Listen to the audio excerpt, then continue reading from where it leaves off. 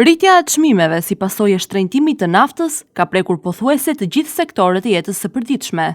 Një nga shërbimet që nuk I ka shpëtuar kësaj vale është edhe larja e makinave në lavazhe, e cila tashmë kushton më shumë për qytetarët. Sipas të dhënave të fundit, çmimi I larjes së automjeteve është rritur me rreth 100 lek. Nëse më parë një makinë e zakonshme laj me 500 lek, tani çmimi ka shkuar në 600 lek, ndërsa për fuoristradat, tarifa është rritur nga 600 lek në 700 lek. Kjo rritje ndonse mund të duket e vogël në pamje të parë, ka një ndikim të drejtë për drejtë në buxhetin e përditshëm të qytetarëve.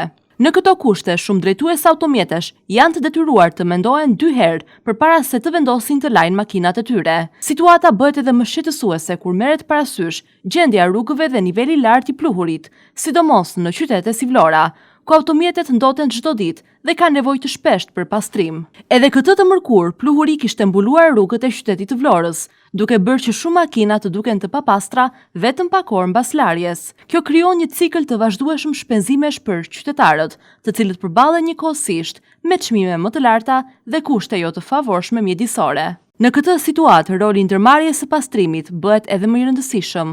Ajo duhet të kontribuojë në lehtësimin e barës ekonomike të qytetarëve dhe jo në rëndimin e saj. Pastrimi I rregullt I rrugëve dhe larja e tyre do të ndihmonte jo vetëm në përmirësimin e cilësisë së ajrit dhe mbrojtjen e shëndetit publik, por edhe në uljen e ndotjes së automjeteve. Përmirësimi I shërbimit të pastrimit është një hap I domosdoshëm për të reduktuar kostot e përditshme të qytetarëve dhe për të krijuar një mjedis më të pastër dhe më të jetueshëm për të gjithë. Repluhuri ngrihen sa herë kalojnë automjete, ndërsa trotuaret dhe ansoret e rrugëve janë të mbuluara nga shtresa të dukshme papastërtish. Në disa segmente situata bëhet edhe më e rënduar për shkak të punimeve që po realizohen në infrastrukturë. Punimet në rrjetin rrugor dhe ndërhyrjet nëntoksore janë një proces I domosdoshëm për përmirësimin e infrastrukturës, por kjo nuk do të thotë që qytetarët të përballen çdo ditë me ndotje të lartë dhe për kushte të papranueshme mjedisore. Pluhuri I ngritur në ajër jo vetëm që krijon shqetësim dhe papastërti në banesa dhe biznese, por përbën edhe rrezik për shëndetin.